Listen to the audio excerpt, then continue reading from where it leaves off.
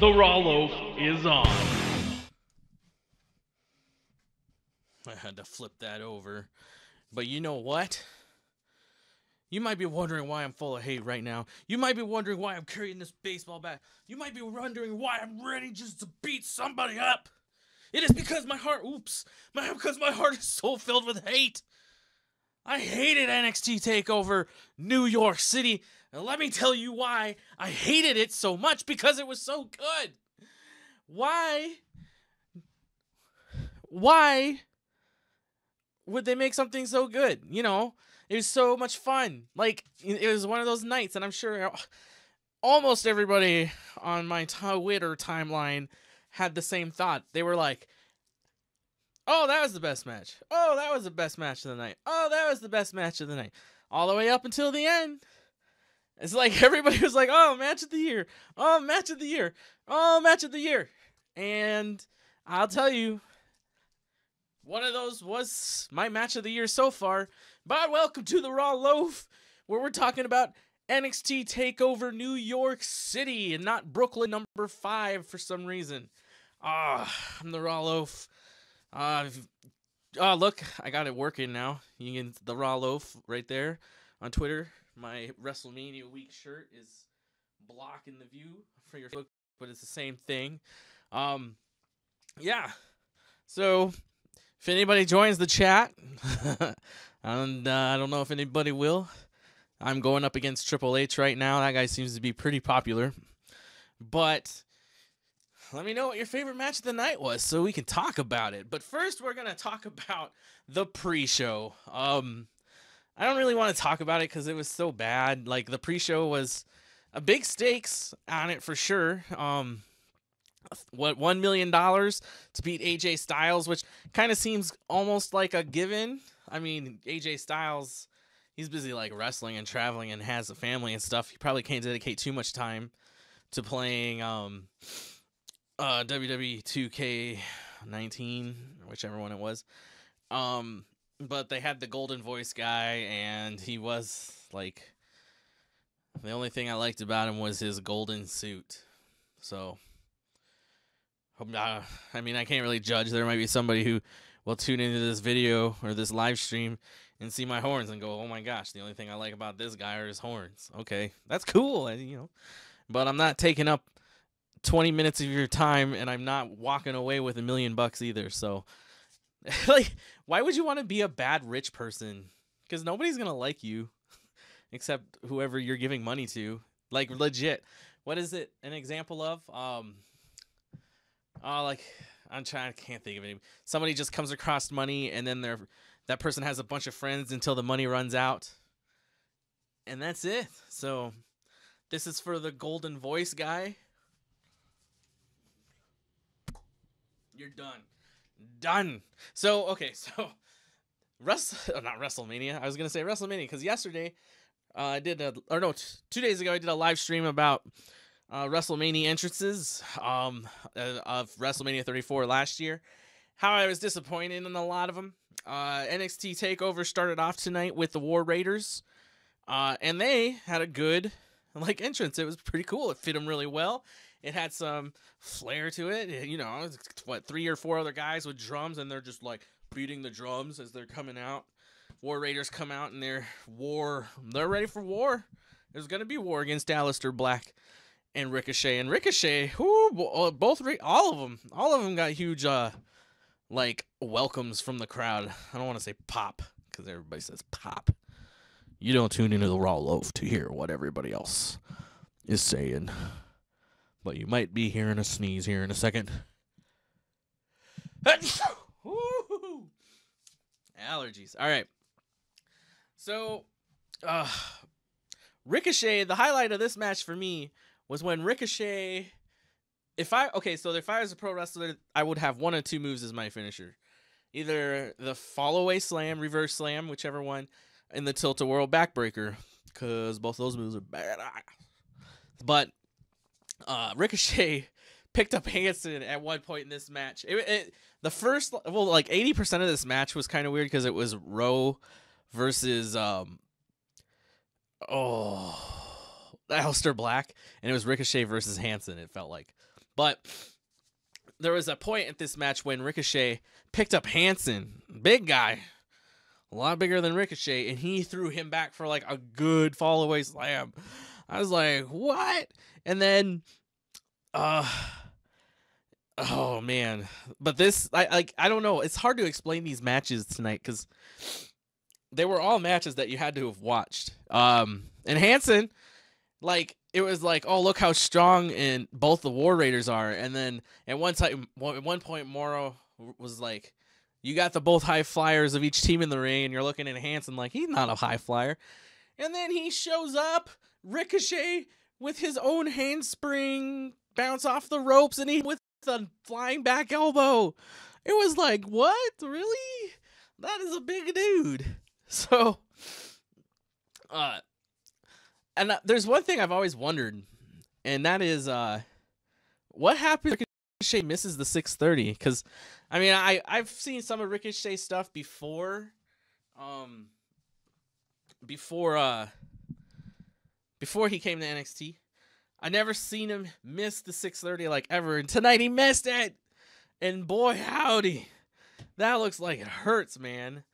Wow, like he, like, what did they do to him? Like, they hit him with something after he missed the 630, but yeah, he. But yeah, and that's when they lost. They got the pin on him. But there's one thing that tonight, again, it happened again.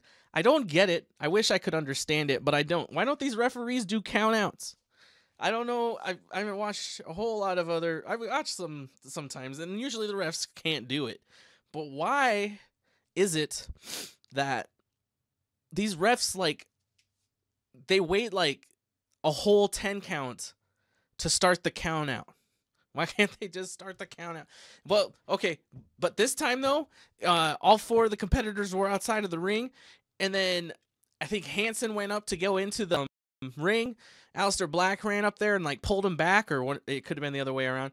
And then Hanson hit Aleister Black with an elbow, and they both went down. And this was, the ref was like at 7, but then the ref like kept counting, and then Ricochet and Rowe both ran in there, and they stopped the count, and they saved the match. And I was like, wait a minute. Things got a little wild. I couldn't remember who were the two legal men, but it was like, why were those other two trying to get into the ring?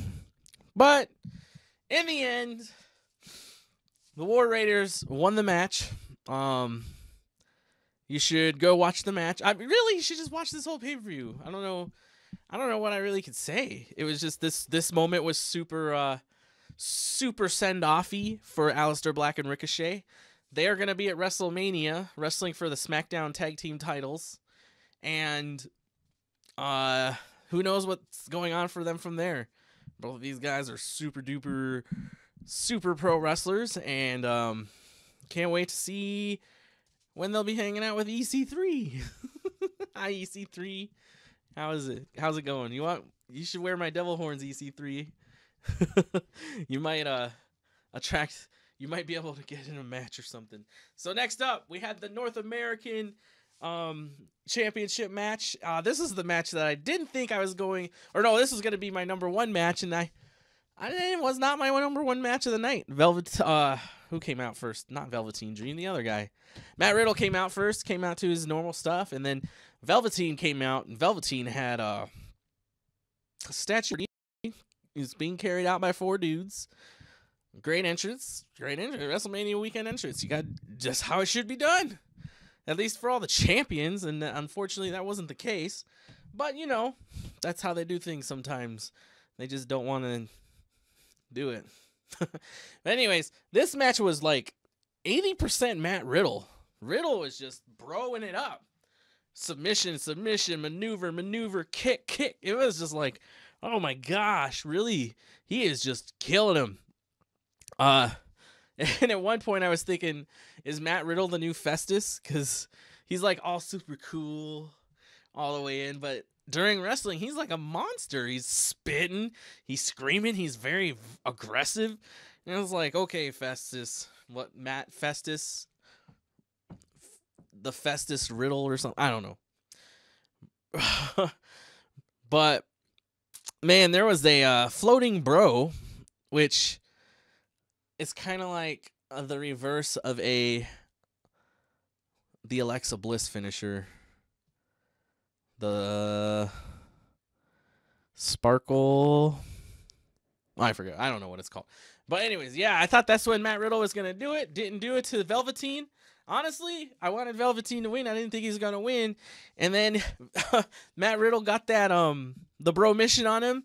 And I was like, oh, that's it. And then Matt Riddle just started like slapping Velveteen in the chest. I was like, what's he doing? And the next thing I know, Velveteen rolled him over and pinned him for the 1, 2, 3. Still your North American champion, Velveteen Dream. I gotta get more into the Velveteen Dream mood. Oh no. Oh no. Where did it all go? Here we go. This is in celebration of Velveteen Dream winning. There we go. That don't look like I'm making some sort of political statement. Yeah, like it was a great match too. Yeah. What else did I write down? Like, oh yeah, hold on. The big thing about this match I didn't understand. Like Velveteen Dream was just doing like he's like, I'm gonna just do what everybody going to the Hall of Fame has done. He did Rick Rude. Oh, sorry. And then he hulked up, and then he he did one other thing. But I was just like, wow. But yeah, really, moral of this story is don't get flustered, because I think that's what led to Matt Riddle's loss here. The original, I don't know why he calls himself the original bro. He's like years behind Zack Ryder. Anyway, so next up we have what I would say is my favorite match of the night. Was now I can't Walter. I was just thinking of Johnny Gargano and Adam Cole, which was not my favorite match. I don't know why they popped it into my head, but the bruiserweight Pete Dunne taking on Walter, and wow, like this is like when I like this is what wrestling used to be. I legitimately thought these two guys, these were just killing each other. What's his face? Pete Dunne. Little bit too much with the finger manipulations, because I mean, you know, like after the 5th time, you're like, dude, it doesn't seem to be working on this giant Austrian dude that you're fighting. Just try something else. But Pete Dunne just kept going for it.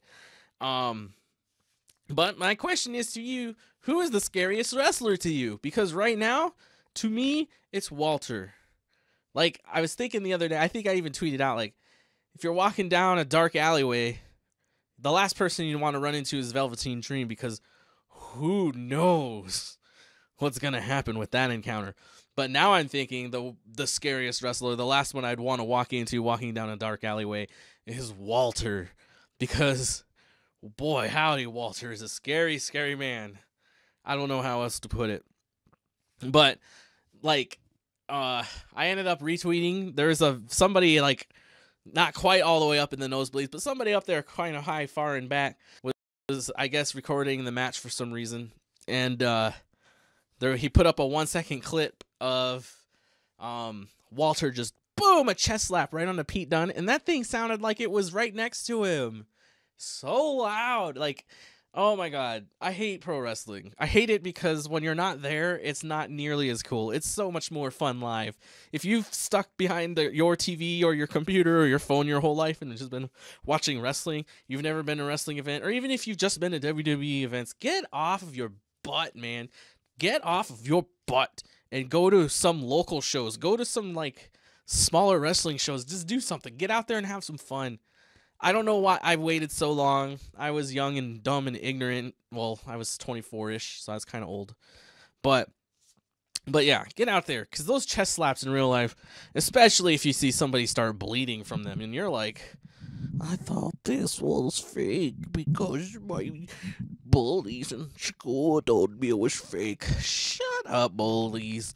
Man, and you want... He's so scary, that Walter. He put a Boston Crab on to Pete Dunne, and I was like, oh my God, Pete Dunne's gonna crack in half. And then Walter put the he did a power bomb, and then he like took his hands and legs off the ground and was just floating in air with all of his body weight on Pete Dunne. And Pete Dunne, that kind of like, that's super effective. Like if you used Solar Beam against a Squirtle, super effective. But that's like death. But yeah, Pete Dunne, like, jeez, all he had to do was roll out of it. Like, that's the only problem with that pinning combination. But wow, 300 pounds just on you. Well, if he's 300 pounds, I think he is. Jeez, like there's so many moments from this match where you're just, oh my God, I thought they were like, they may have actually been killing each other. Who knows? Maybe they don't like each other, like for real, not just like, I want your championship. You're not gonna get my champ. Or, oh, I want your championship. You're not gonna get mine. You might get my team crumpets, but you won't get my championship. I don't want your team crumpets. I want your championship. Those were the okay. The British impression was terrible, but the Austrian one was a lot worse. So, oh my God! And then there was a double foot stomp from the top rope. Walter was on the ground. I think he was on his he's on his chest. He was on his back. Pete Dunne came flying off the top rope and just double foot stomp right onto Walter. Like, this match was brutal. Like this, this is one of those matches where they say, like, don't try this at home. And I feel like, genuinely, do not try this at home, kids. Because somebody's probably going to die. There was one point when I thought the match was over. Because Pete Dunne had Walter in, like, it was kind of like it wasn't a cross-face chicken wing. It was like a double chicken wing plus bending the fingers. And I was like, oh, this is it for Walter. But Walter powered out. Like, Walter is a monster. I don't know, like, he should be, I don't know. Like, I would love to see Walter take on any of the biggest guys. I'm just, wow. Walter scares me, to be honest. Anyways, so Walter won. Walter is now the WWE UK champion. He beat, oh my God, at the end there, he got Pete Dunne up. They were up in the upper right-hand corner. The right-hand corner. What does that mean? No, he had him up on the top rope. He picked him up and he, like, power bombed him, but he didn't slam him. He just launched him across the ring. Pete Dunne, like, and then Walter kept going to the top rope, and I'm like, Walter, stop going to the top rope. Just get him. But then he did the money shot, and he won. This is a big old splash from a big old man. He did it the first time, and I thought he was gonna, because the bruiserweight got him almost in the triangle, but it didn't work because he's so big, dude. You gotta practice this stuff. You gotta go find a big dude and practice your moves that you want to do. On a side note, congratulations, Walter. But on a side note, how is Mauro Ranallo the smartest man alive? Could you imagine, like, wow, I'm a kid. I'm, like, super smart. I'm going to start learning stuff. But I'm not going to learn how to, like, cure AIDS. Or I'm not going to learn how to, like, I'm not going to learn and solve string theory if that's solvable. No, dude. I want to talk about pro wrestling. I don't know. That's a joke. Calm down, everybody. I'm not mocking Mauro at all. It's just, he's coming at you like a machine gun with pop culture references and information, and you're just like, can I even take it in this fast? But next up, they had the Fatal 4-Way for the women's NXT title. I don't know why. I thought I saw somewhere that this was going to be the final match of the night, which they probably were super proud of, but honestly, I wouldn't have wanted to go last. I wouldn't have wanted to go after those first 3 matches, period. But the women's NXT matchup was next. Kairi Sane's music hit, and she came out, and the crowd kind of reacted, if kind of's a thing.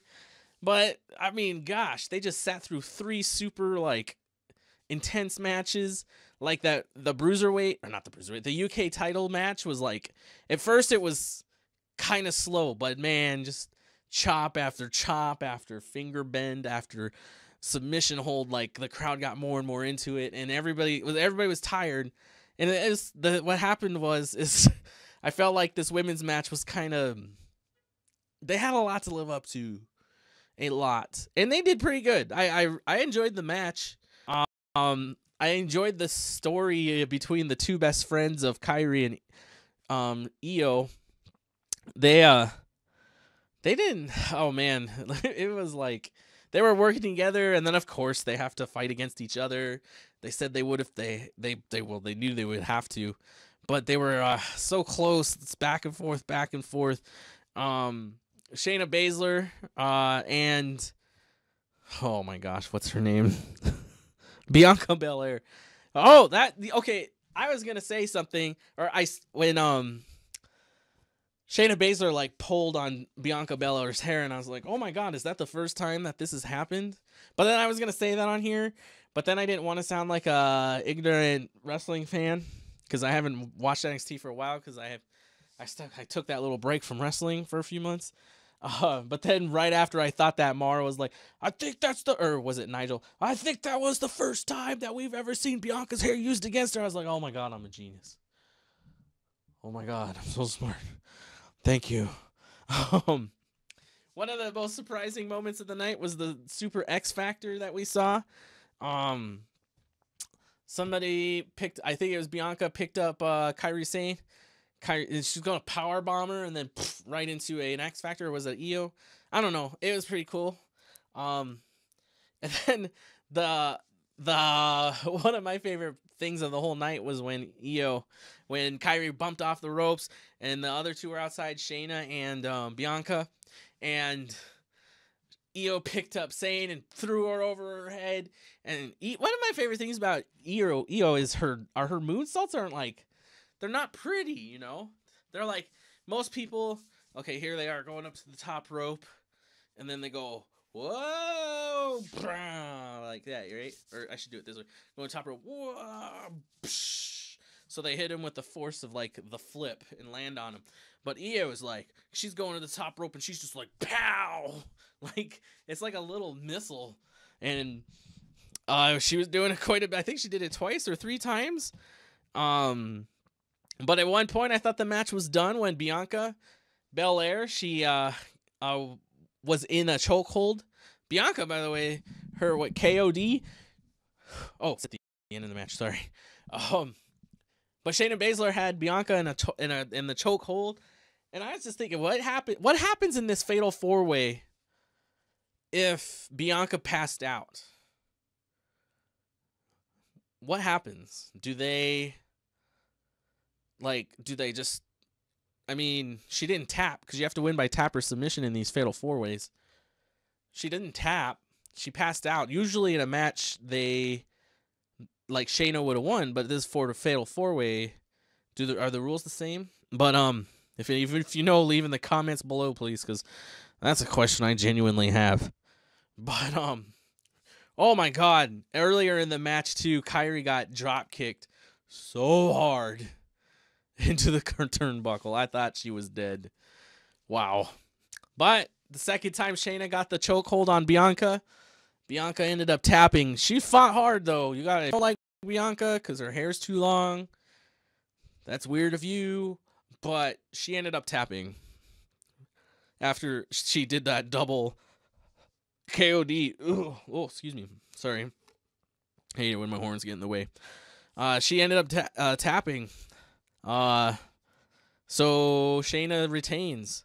So after the first 4 matches, we've had 3 retentions and 1 changed. Only the UK title changed, which I thought there would be more changes tonight. Obviously, there's going to be a change in our final match of the night. Adam Cole taking on Johnny Gargano. 2 out of 3 falls for the NXT Championship. Now, this match was a fight. Gargano, somehow, I don't know how you sneak sensu beans in a wrestling match, but I think he had a handful of them, to be honest. Adam Cole got the first pin. with his last shot, pulled down the knee pad, hit Gargano in the back of the head. Oh, there goes my hat. Hit Gargano in the back of the head with the last shot. However, like during hold on, let me get more fitted here. There we go. That's better. This is how much I hated that NXT takeover tonight. Oh my God, there was one point where they were in the corner and Adam Cole hit Johnny Gargano with like one of the meanest backstabbers I've ever seen in my life. Wow. Well, but I mean, these two guys, I can't think of how many times they've actually like had full wrestling matches against each other, but boy howdy, their styles are really similar because they kept mirror imaging each other. And one of my favorite moments was when Adam Cole was like gonna super kick, but he stops, and then Gargano jumped off the turnbuckle and hit him with something. But that just showed like right there, like Gargano was able to fake him out, and yeah, this match was full of that. There was one point where they hit each other like 5 times with the same moves, ended with 2 super kicks, and they were both out. The crowd at the beginning, like just like the Fatal with the women's, I think they were just tired. Because 5 matches lasted over 3 hours. 3 hours and like 15, 20 minutes or something crazy like that. And, but yeah, so Adam Cole got the first pin. Gargano, how did he get his pin? How did he get his win? Dang, I can't remember.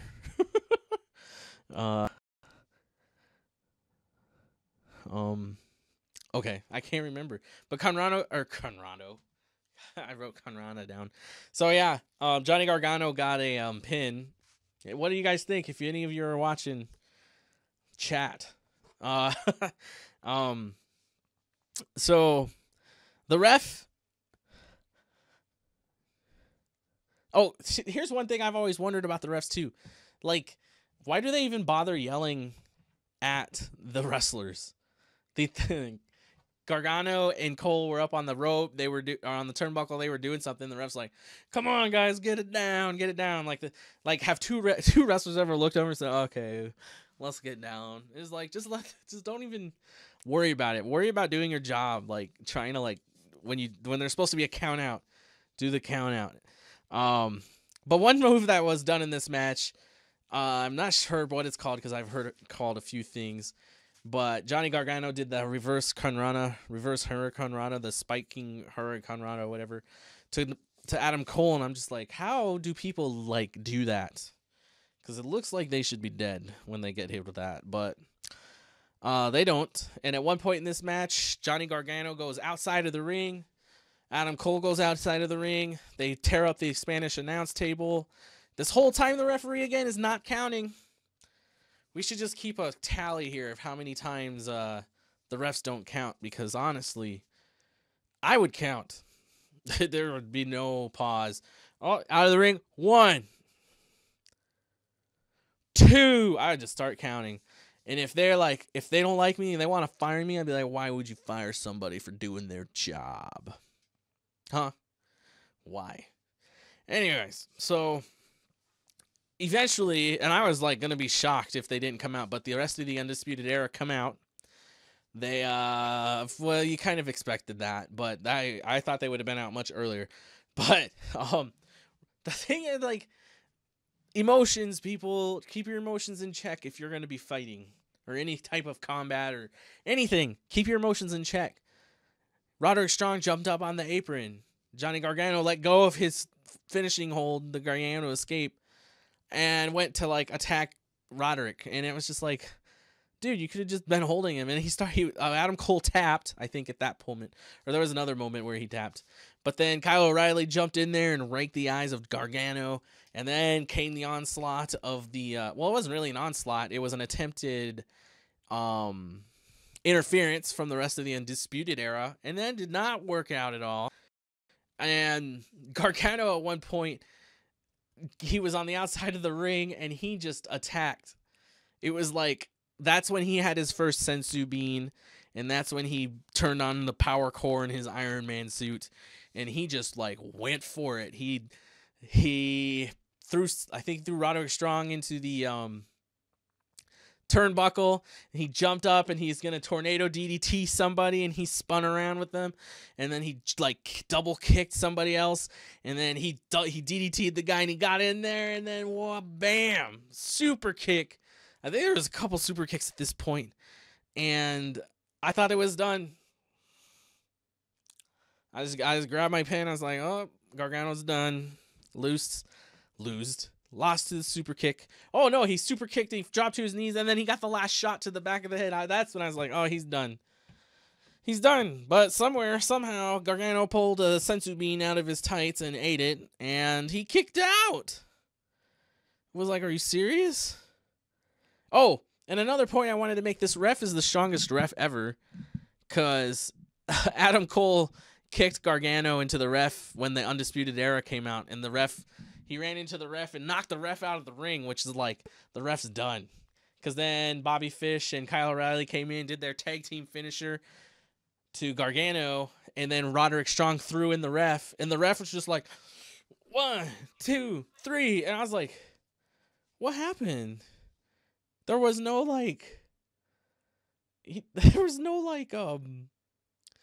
usually refs were like, oh my God, 1, 2, or they take a minute to get up. That's dramatic effect, I think. Maybe it doesn't. I don't know. But yeah. So he hit him with that last shot to the back of the head, and I thought he was done. But Gargano kicked out. And I was like, what's happening now?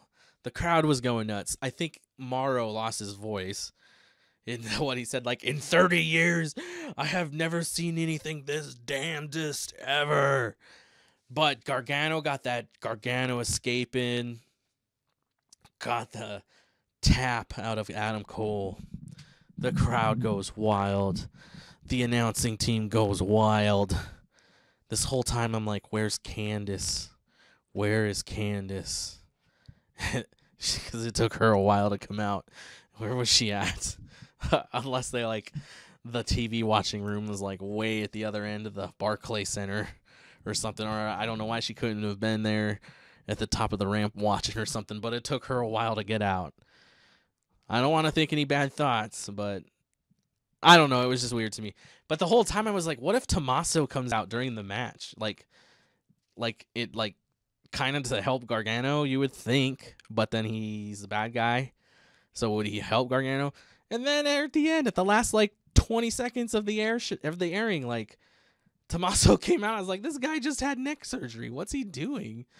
And they had a nice little touching hug there between the three of them. So I wonder if breaking your neck really changes your outlook on life. Kind of like how my outlook on life has totally changed because of this NXT TakeOver. Because I hated NXT TakeOver so much. Because it was too good. It's going to make WrestleMania look goofy. Because what? Okay, so there was 5 matches tonight. It went almost 3.5 hours, probably close, over 3 hours for sure. There's 15 matches at WrestleMania set. And so that's 15 hours, but plus a match and plus change. So we're looking at 9 hours. I'm sorry. Wait. Where'd my math skills go? So 3 hours for 5 matches. So yeah, 9 hours plus for WrestleMania. If it's on par here. Who knows? Last time I looked, there were 16 matches listed, but I didn't see the Raw Championship match, tag team titles on the line, because it was just announced yesterday that Zack Ryder and Kurt Hawkins just completely out of nowhere get a title shot, which should be pretty fun, I guess. Anyways, like I said, let me know what your favorite match was. Did you enjoy NXT TakeOver? Which I can't. Honestly, I was on Twitter quite a bit during the show, and I don't think there was anybody that said this stupid. This was stupid. That was stupid. Yeah, I'm trying to think of something, but there was nothing like that written down on my Twitter. But yeah, no. And if you don't like the fact that the UK Championship was my favorite match, then you're wrong. And I'll hit you with this bat that I got at Goodwill. If you saw the unboxing video where Double H, who is Triple H's dad, he came out and I had to beat him with a bat. Then you know where this bat's from. But yeah, let me know. You can follow me on the Raw Loaf on Twitter, like on Facebook. I don't know where all these likes from Facebook are coming from, but the Facebook page reached over 100 a couple days ago. Twitter still holding in there strong. Let me know on Twitter or Facebook, or just comment below. I appreciate the YouTube comments the most. And right there, make sure you answer that question right above my head. What match did you think was favorite? And go ahead and if you want, or let me know. I didn't plan on doing what do you call it? Oh, predictions. Predictions are hard. Because you never know where things are gonna go with these wrestlers. Like who would have thought Johnny Gargano was gonna become a Super Saiyan or something like that there at the end? Like, he should have been done way beforehand. So predictions are super hard, but some people like these predictions. Some people try to say things like, well, Vince doesn't want that person to win. Like, what are you talking about?